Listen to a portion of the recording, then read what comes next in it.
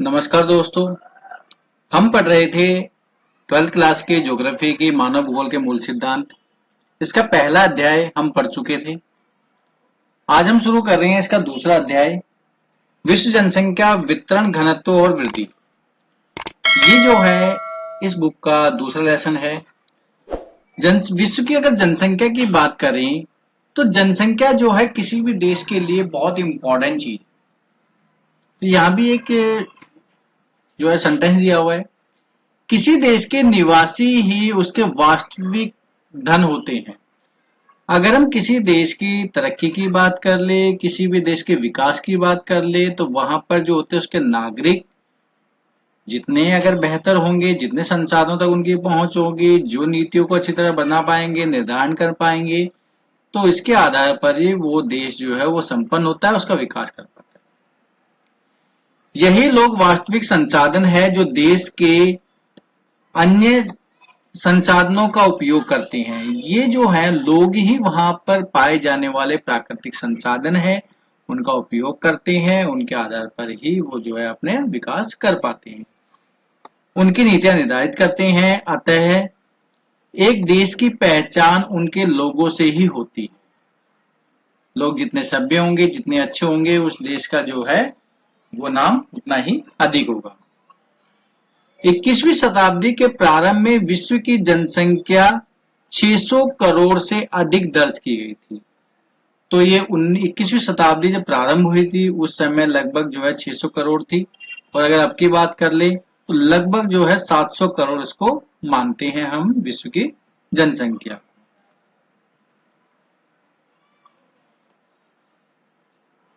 George B cracy, इसने जनसंख्या के आधार पर एशिया की जनसंख्या के लिए जो है कुछ इसने बात कही थी कि एशिया में बहुत अधिक स्थानों पर कम लोग और कम स्थानों पर बहुत अधिक लोग निवास करते हैं। एशिया में जो है काफी कम क्षेत्र पर जनसंख्या अधिक रहती है, और काफी सारा क्षेत्र ऐसा है जो कि वीरान है, बंजर है, वहां पर जनसंख्या बहुत कम रूप में जो है निवास करती है। तो ये जो है स्थिति देखने को मिलती है हमें एशिया के अंदर। अगर विश्व के हम वितरण की बात कर लें तो जनसंख्या वितरण, इसका अर्थ है कि फैलाव, जनसंख्या का फैलाव। भूपृष्ठ पर लोग किस प्रकार वितरित है, यानी किस प्रकार वो जो फैले हुए हैं। तो मोटे तौर पर अगर देखे जाए तो विश्व की जनसंख्या का 90% उसके 10% स्थल भाग पर निवास करता है, यानी 90% जनसंख्या 10% स्थल पर निवास करती है।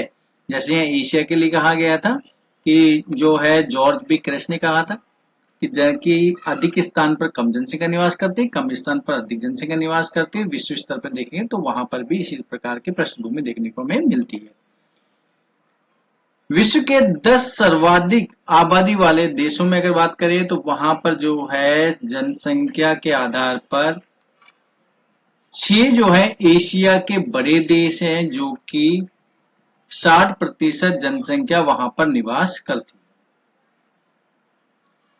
तो ये ग्राफ दिया हुआ है, इस ग्राफ के आधार पर अगर हम देखें तो यहाँ पर जैसे चीन है, ये एशिया में है, भारत है, ये एशिया का पार्ट हो गया, इसके अलावा इंडोनेशिया है, ये एशिया हो गया, एशिया में, पाकिस्तान है, ये एशिया में है, इसके अलावा बांग्लादेश है, ये एशिया में है। तो ये जो है हमारे, और इसके अलावा रूस है, ये हमारे एशिया में। तो 6 कंट्री जो है सिर्फ एशिया के अंदर आती है। तो यानी 60% जनसंख्या कहाँ निवास करती है, वो करती है हमारे एशिया महाद्वीप के अंदर निवास करती है। अगला है जनसंख्या घनत्व। जनसंख्या घनत्व का अर्थ होता है प्रति वर्ग किलोमीटर में रहने वाले लोगों की संख्या। तो प्रति वर्ग किलोमीटर में कितने लोग निवास करते हैं वो हमारा कहलाता है जनसंख्या घनत्व। और ये जो है काफी इंपॉर्टेंट है ये वाला पॉइंट, क्योंकि ये बार बार पूछा जाता है। जनसंख्या घनत्व के बारे में पूछ लेते हैं, डेफिनेशन पूछ लेते हैं, इसमें कोई 3 नंबर का क्वेश्चन भी आ जाता है। तो ये काफी इंपॉर्टेंट है, इसको आप अच्छी तरह से समझ लें कि, और इसका फॉर्मूला जो है जनसंख्या घनत्व जनसंख्या बटे में क्षेत्रफल, ये इसका फॉर्मूला है। इसको और अच्छी तरह हम समझ लेते हैं कि जैसे मान लो अगर 1 लाख व्यक्ति जो है एक स्थान पर अगर निवास कर रहे हैं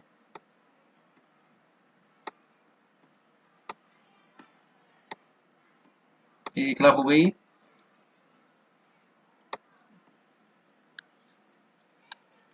दस लाख हो गई सॉरी, तो इसको हम जो है 1 जीरो से मिटा देते हैं। तो 1 लाख व्यक्ति हैं और मान लो कि ये जो है टोटल जो क्षेत्र है वो हो गया हमारा 100 वर्ग किलोमीटर।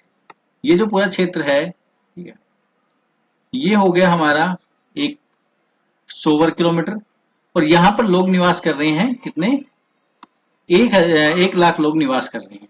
तो यहाँ पे घनत्व को जो है 2 जीरो से 2 जीरो काट देते हैं, यानी 1000 व्यक्ति प्रति वर्ग किलोमीटर, यानी एक किलोमीटर की अगर बात करें तो 1 वर्ग किलोमीटर में कितने लोग निवास कर रहे हैं, 1000 लोग जो है 1 वर्ग किलोमीटर में निवास कर रहे हैं। तो ये इसका घनत्व हो गया।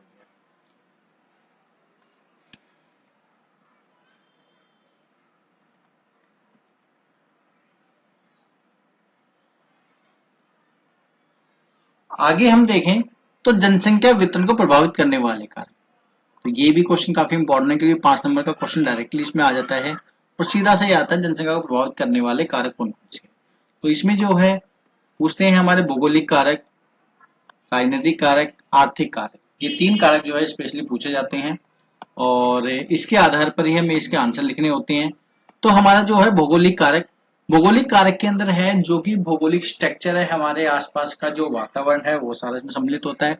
ये जल की उपलब्धता सबसे ज्यादा इंपॉर्टेंट चीज, क्योंकि हमारी जो भी पुरानी सभ्यताएं हैं, पुराने के समय की बात करें जैसे सिंधु घाटी सभ्यता की बात कर ली, दजला और फराक जो कि हमारी जो है इराक के अंदर सभ्यता है, या नील नदी की सभ्यता जो कि मिस्र की सभ्यता है। तो इन सभी की देखें पुराने समय की जितनी सभ्यताएं हैं यानी पुराने समय के जितने नगर हैं वो सारे हमारे नदियों के किनारे बसे हुए हैं, क्योंकि नदी के आसपास में जो है वो हमारे क्या नाम है, एक तो पीने के लिए भी जल उपलब्ध हो जाता है अगर वहां पर निवास करते हैं तो, इसके अलावा सॉरी कृषि के लिए भी जो है इसमें उपलब्धता हो जाती है जल की, और जो है पशुओं के लिए भी वहां पे जल की उपलब्धता हो जाती है। तो ये सभी चीजों के लिए जल की उपलब्धता हो जाती है, इसलिए जल की जो है उपलब्धता जो है जनसंख्या के वितरण का सबसे इंपॉर्टेंट जो कारक है।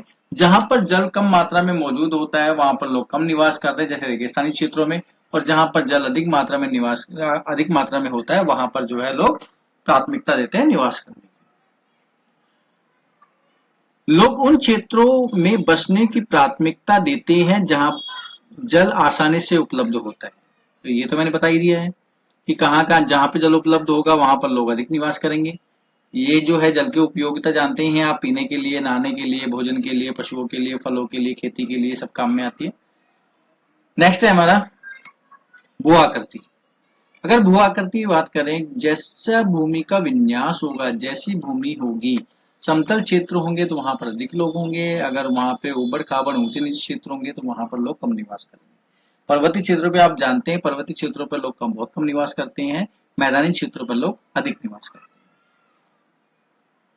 और वो कारण क्या है मैदानी क्षेत्रों पर अधिक निवास करने के, मैदानी क्षेत्र पे लोग इसलिए अधिक निवास करते हैं क्योंकि वहां पर यातायात के साधन सुगमता से मिल जाते हैं, मतलब बनाए जा सकते हैं, कोई बाधा उत्पन्न नहीं होती, उद्योग जो होते हैं वो काफी अच्छे स्टेबल किए जा सकते हैं।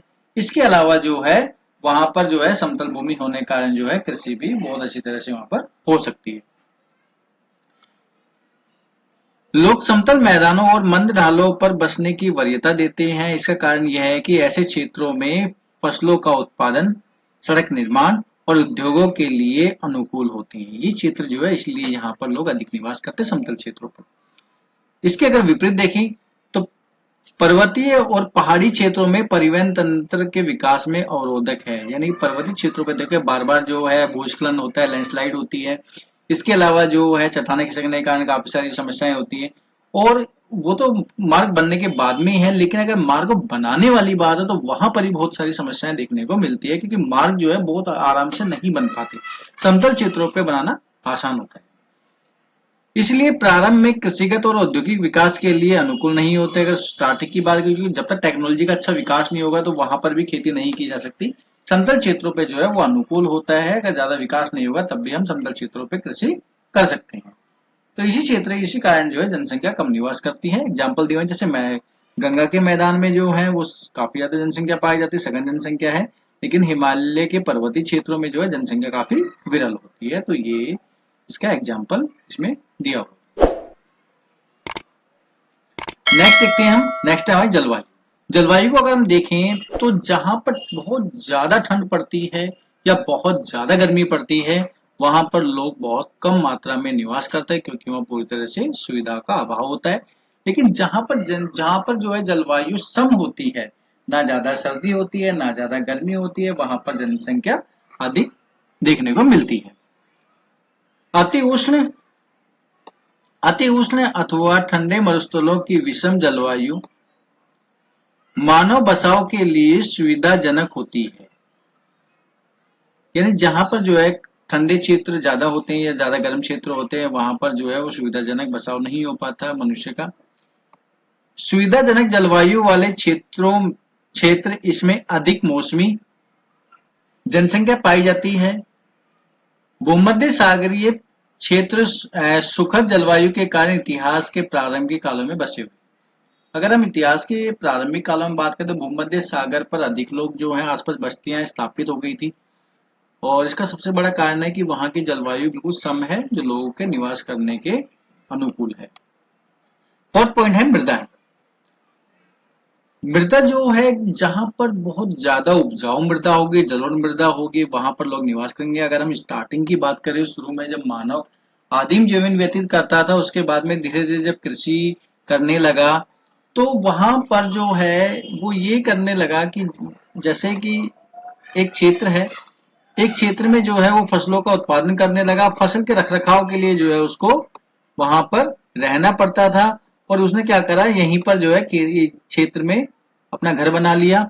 और घर के क्या नाम है, यहाँ पे रखरखाव के लिए उसको हमेशा मौजूद रहना पड़ता था, और इसी कारण जो है धीरे धीरे और कुछ लोग फिर यहाँ पर आने लगे, फिर यहाँ पे घर बन गए, कुछ लोग आने लगे, फिर यहाँ पे जो है रहने लगे, फिर यहाँ पे घर बन गए। तो ये जो है धीरे धीरे सभ्यताओं का विकास हुआ, और धीरे धीरे जो है सभ्यताएं विकसित होने लगी, और आदिम समाज जो है वो एक वर्तमान समाज में परिवर्तित हो गया। ये थे हमारे जनसंख्या वितरण के भौगोलिक कारक। अब आगे है हमारा आर्थिक कारक। आर्थिक कारक में देखें तो सबसे इंपॉर्टेंट चीज है हमारा खनिज। खनिज अगर बात की तो जहां पर खनिज के निक्षेप अधिक मिलते हैं, वहां पर उद्योग अधिक रूप में स्थापित होते हैं। कारण क्या है, क्योंकि जहां पर जो है कच्चे माल की उपलब्धता होगी, उद्योग जो है वहां विकसित होंगे, तो जो एक स्थान से दूसरे स्थान पर माल ले जाने में जो लगने वाला व्यय है वो कम हो जाता है। जो और अगर मान लो जैसे भारी अगर वस्तुएं हैं, जैसे लौह इस्पात उद्योग की बात करें, अधिकांश लौह इस्पात उद्योग जो है जहां पर लो अयस्की जो खाने होंगे उसके पास में ही स्थापित किए जाते हैं, उसके सराउंडिंग एरिया में ही होते हैं। खनिज निक्षेपों से युक्त क्षेत्र उद्योगों को आकृष्ट करते हैं। खनिज और औद्योगिक गतिविधियां रोजगार उत्पन्न करते हैं, ये तो है ही, क्योंकि जहां पर उद्योग होंगे वहां रोजगार की उपलब्धता अधिक होगी, क्योंकि अधिक लोगों में अधिक जो है श्रमिकों की आवश्यकता होगी। अतः कुशल और अर्ध कुशल कर्मी इस क्षेत्र में पहुंचते हैं, क्योंकि जहां पर उद्योग होंगे तो वहां पर लोग जो है चारों तरफ से वहां पर आना शुरू करेंगे। कारण क्या है, क्योंकि वहां पर रोजगार की उपलब्धता जो है अधिक देखने को मिलती है। तो ये जो है यहाँ पर जो है लोग एक सेंटर पॉइंट बन जाएगा, और जो है गांव से हो गए कस्बों से है वो अपने औद्योगिक क्षेत्र के अंदर आएंगे, और यहाँ पर रोजगार के जो है अवसर उनको आराम से मिल जाते हैं, चाहे वो कुशल श्रमिक हो या अर्धकुशल श्रमिक। तो ये एग्जाम्पल दिया हुआ है, जैसे अफ्रीका का एग्जाम्पल दिया हुआ है। तो अफ्रीका की कटान जामिया तांबा पेटी इसका एक अच्छा उदाहरण है। वहां पर जो है इन क्षेत्रों पर जनसंख्या काफी सघन रूप से पाई जाती है, और वो कारण क्या है, वो है हमारे जो क्या नाम है खनन के कारण। आर्थिक कारकों में दूसरा है हमारा नगरीकरण। नगरीकरण इसलिए इम्पोर्टेंट कारक है क्योंकि लोग जो है गांवों से शहरों की ओर पलायन करते हैं, और वो अनेक कारणों से करते हैं। कुछ जो है अच्छे रोजगार के लिए करता है, कुछ जो है जो शिक्षा के लिए, और कुछ अपना इलाज कराने के लिए शहरों में आते हैं, क्योंकि गांव के अंदर अच्छे जो है हॉस्पिटल, अच्छी जो है चिकित्सा सुविधा नहीं है। और इसके अलावा जो है काफी सारे ऐसे औद्योगिक क्षेत्र हैं वो नगरों के आसपास बन गए हैं जहाँ पर अधिक श्रमिकों की आवश्यकता होती है। तो इसलिए भी जो है नगरीकरण धीरे धीरे जो है नगरीकरण का विस्तार हो रहा है और वहां पर जनसंख्या जो है वो अधिक बढ़ती जा रही है। नगर रोजगार के बेहतर अवसर, शैक्षिक एवं चिकित्सक संबंधी सुविधाएं तथा परिवहन और संचार के बेहतर साधन प्रस्तुत करते हैं। नगरों के अंदर ये सारी सुविधाएं मिल जाती है जिसके कारण जो है लोग पलायन करते हैं गांवों से शहरों।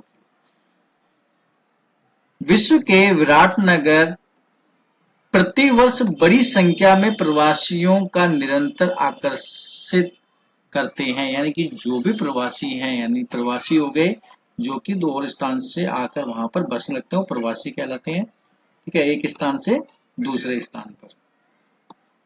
तो धीरे धीरे देखें तो शहरों में जो है प्रवासियों की संख्या वो बढ़ती जा रही है क्योंकि नगर जो है उनको आकर्षित करते हैं।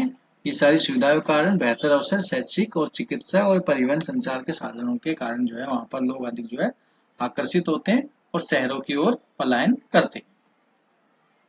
औद्योगिकरण, औद्योगिकरण ने बताया कि जहां पर अधिक उद्योग होंगे, औद्योगिक पेटियां होंगी, जहां पर औद्योगिक क्षेत्र बन जाएंगे वहां पर लोग जो है शिक्षित, वहां पर लोग जो है वो रोजगार के लिए जो आने लगेंगे और यहाँ पर अगर काफी सारे उद्योग बन जाते हैं तो ये औद्योगिक पेटी के रूप में विकसित हो जाती है और यहाँ पर जो है ये औद्योगिक नगर के रूप में जो है वो जाने जाते हैं और यहाँ पर एक विशाल जनसंख्या जो है इसके अंदर कार्य करती है उद्योगों के अंदर।